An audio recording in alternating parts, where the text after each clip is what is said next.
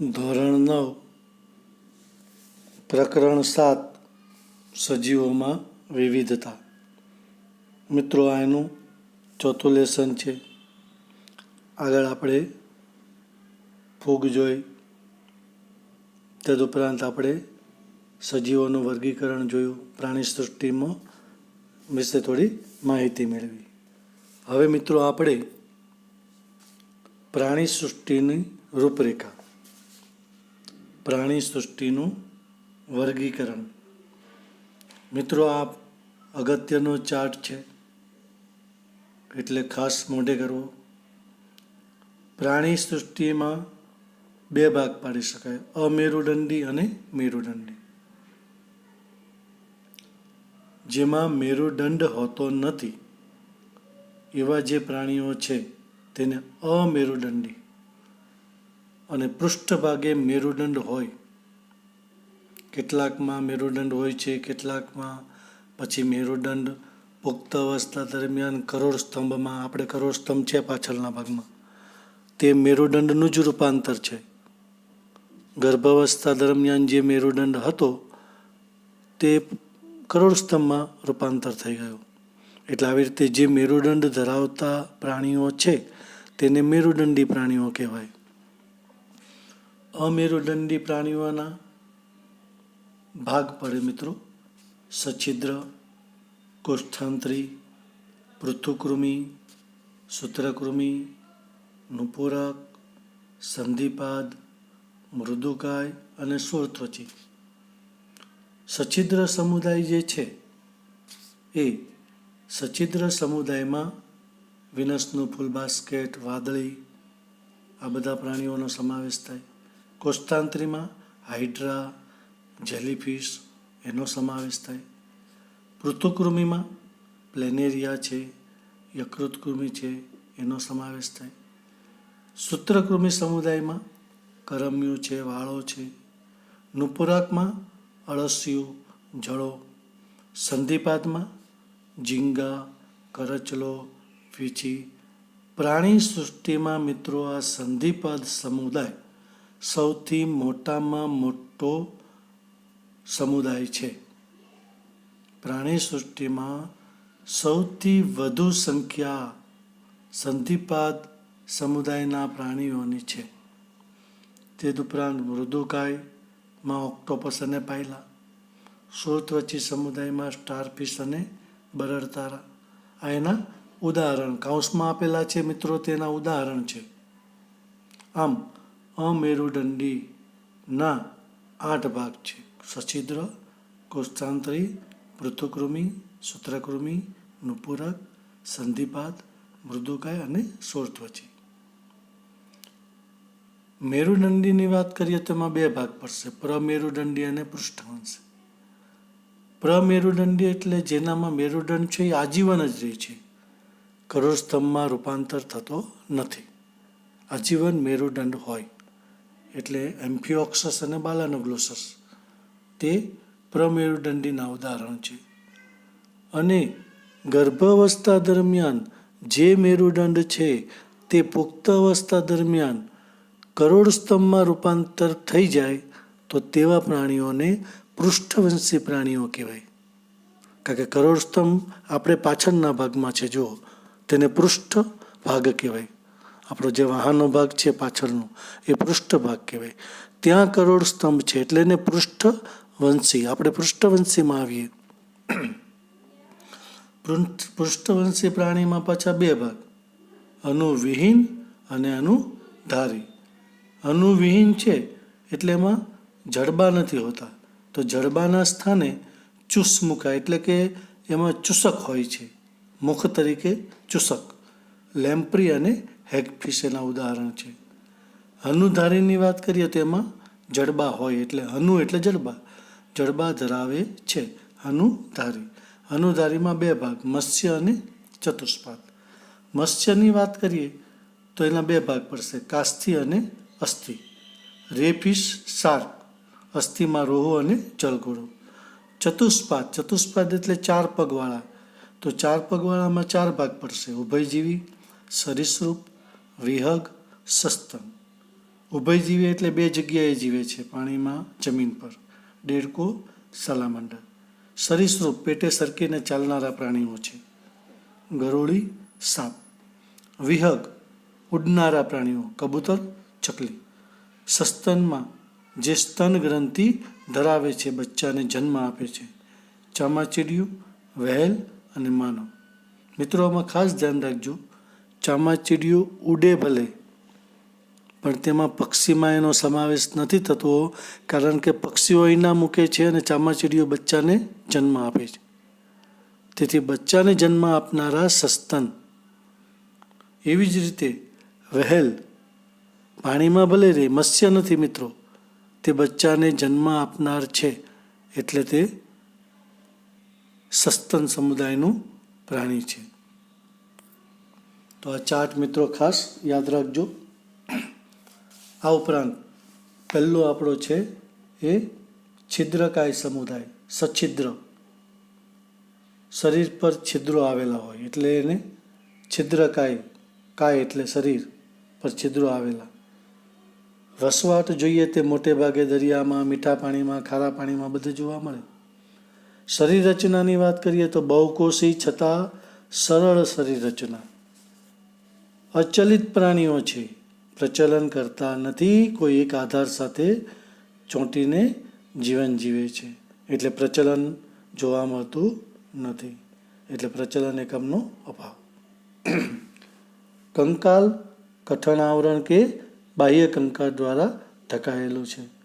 નલિકા તંત્ર સંપૂર્ણ શરીરમાં અનેક છિદ્રો આવેલા, અને આ છિદ્રો શરીરમાં હાજર નલિકા તંત્ર સાથે, શરીરની અંદર નલિકા તંત્ર છે એની સાથે આ છિદ્રો જોડાયેલા હોય છે, અને આ નલિકા તંત્ર શરીરમાં પાણી, ખોરાક અને ઓક્સિજનનું વહન કરનારું છે મિત્રો.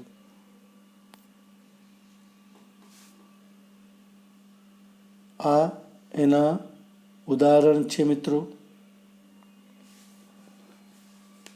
સાયકોન છે, સ્પોન્જિલા છે, વિનસનું ફૂલ બાસ્કેટ છે, આ બધા એના ઉદાહરણ છે મિત્રો.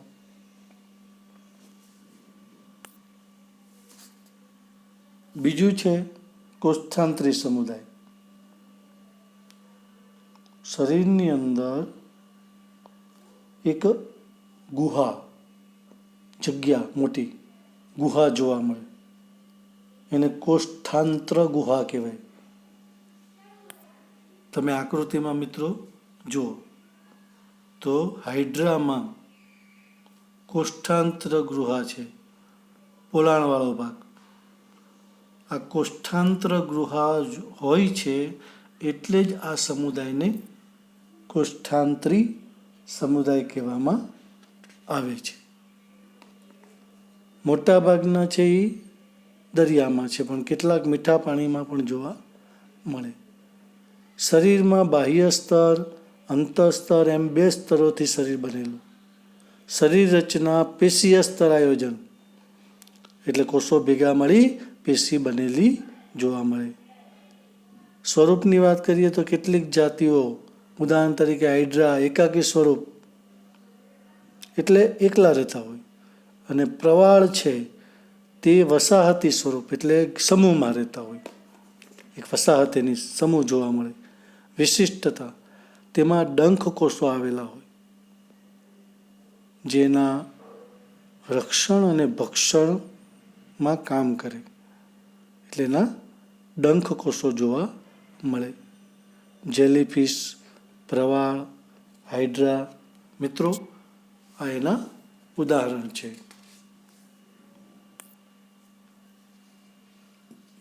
આ ઉપરાંત મિત્રો પૃથુકૃમિ. તો પૃથુકૃમિ સમુદાય છે તેમાં મીઠા પાણીમાં અને અન્ય યજમાનના શરીરમાં, બીજાના શરીરમાં પણ તે પ્રાણીઓ રહી શકે છે. મીઠા પાણીમાં પણ હોય ને અન્ય યજમાન જેના શરીરમાં હોય તેના યજમાન કહેવાય, એટલે યજમાનના શરીરમાં પણ તે જોવા મળે છે. મુક્તજીવી છે, પ્લેનેરિયા મુક્તજીવી છે, અને હમણાં આપણે વાત કરીએ ને યજમાનના શરીરની અંદર પણ રહેનારા, તો યકૃત કૃમિ છે એ શરીરની અંદર રહેનારું અંતઃપરોપજીવી સજીવ છે. અંતઃપરોપજીવી અંદર રહેતો. શરીર રચનામાં 3 સ્તરો: બાહ્ય સ્તર, મધ્ય સ્તર, અંતસ્તર. ત્રિગર્ભસ્તરી પ્રાણીઓ છે. અને શરીર રચના થોડી કોષ્ઠાંતરી કરતાં જટિલ. આયોજનની વાત કરીએ તો એમાં પેશીનું નિર્માણ થાય છે અને કેટલાક અંગો પણ. કોષ્ઠાંતરીમાં શું હતું મિત્રો? પેશી આયોજન. જ્યારે આમાં પેશીઓ ભેગી મળી અને અંગ પણ બને, એટલે અંગ કક્ષાનું સુવિકસિત અંગ વ્યવસ્થા જોવા મળે. કોષ્ઠાંતરીમાં અંગ નહોતા, પેશી હતી. જ્યારે પૃથુકૃમિમાં અંગ જોવા મળે, એટલે કે કોષો ભેગા મળી પેશી બનશે અને પેશી ભેગી મળીને અંગો પણ બનશે. દેખાવ: શરીર પૃષ્ઠ અને વક્ષ બાજુએથી ચપટા. પૃથુ એટલે એને પૃથુકૃમિ કહેવાય, ચપટા કૃમિ. પૃથુકૃમિનું નામ બીજું ચપટા કૃમિ. આપણું પર્ણ કેમ છે? કોઈ પણ વનસ્પતિનું પર્ણ લો તો એ ચપટું હોય છે, પૃષ્ઠવક્ષ બાજુથી ચપટું. તેમાં આ પ્રાણીઓ પણ પૃષ્ઠવક્ષ બાજુથી ચપટા છે, એટલે એને ચપટા કૃમિ અથવા પૃથુકૃમિ કહેવામાં આવે છે. સમમિતિ રચના: એનું શરીર જમણી અને ડાબી એમ બંને બાજુએ સમાન છે, એટલે જો એને દ્વિપાર્શ્વીય સમમિતિ રચના કહેવાય. આકૃતિ મિત્રો જોશો એટલે તમને ખબર પડશે. એની જમણી અને ડાબી એમ બંને બાજુ સમાન સંરચના છે, એટલે એને દ્વિપાર્શ્વીય સમમિતિ રચના કહેવાય. દ્વિપાર્શ્વીય, બે બાજુની ભાગ, ડાબો અને જમણો. આપણો ડાબો હાથ છે, જમણો હાથ છે, એ હાથ જે છે એ પાર્શ્વ બાજુ કહેવાય મિત્રો. આપણો હાથ છે, બંને હાથ છે એ આપણી પાર્શ્વ બાજુ કહેવાય. માથું છે, વાળ, તે અગ્રભાગ કહેવાય. આપણે જે ભાગે ચપ્પલ પહેરીએ છીએ તે પશ્વ ભાગ કહેવાય. વાળ છે માથાના, તે અગ્રભાગ. ચપ્પલ પહેરીએ છીએ તે પશ્વ ભાગ. પછી આપણા હાથ બંને બાજુ છે પાર્શ્વ ભાગ, પશ્વ નહીં, પાર્શ્વ ભાગ. અને આપણું પેટ છે એ વક્ષ બાજુ કહેવાય, અને વાહું છે એ પૃષ્ઠ બાજુ કહેવાય. તો આ બધી બાજુઓ મિત્રો ખાસ તમે ધ્યાન રાખજો. દેહ ગુહા એટલે શરીર ગુહા. દેહ એટલે શરીર. સાચી શરીર ગુહાનો અભાવ, એટલે આમાં શરીર ગુહા સાચી હોતી નથી. પ્લેનેરિયા, યકૃત કૃમિ અને પટ્ટી કૃમિ. પટ્ટી કીડો પણ કહેવાય ને પટ્ટી કૃમિ પણ કહેવાય. જુઓ મિત્રો, એની આકૃતિ જુઓ તમે. યકૃત કૃમિ છે તેને મધ્યમાંથી આમ ભાગ પાડો તો તમે જોઈ શકો ડાબી અને જમણી બંને બાજુ એક સરખી સંરચના જોવા મળે, એટલે એને દ્વિપાર્શ્વીય સંરચના કહેવાય. તો મિત્રો, આમાં આપણે વનસ્પતિ સૃષ્ટિની રૂપરેખા અથવા એમ પૂછે વનસ્પતિ સૃષ્ટિનું વર્ગીકરણ. તો એ ચાર્ટ મિત્રો ખૂબ અગત્યનો છે, એટલે એ ચાર્ટ પણ ખાસ તમારે કરી લેવાનો છે, ઉદાહરણ સહિત. આ ચાર્ટ ખૂબ અગત્યનો છે. આ ઉપરાંત છિદ્રકાય સમુદાય જોયો,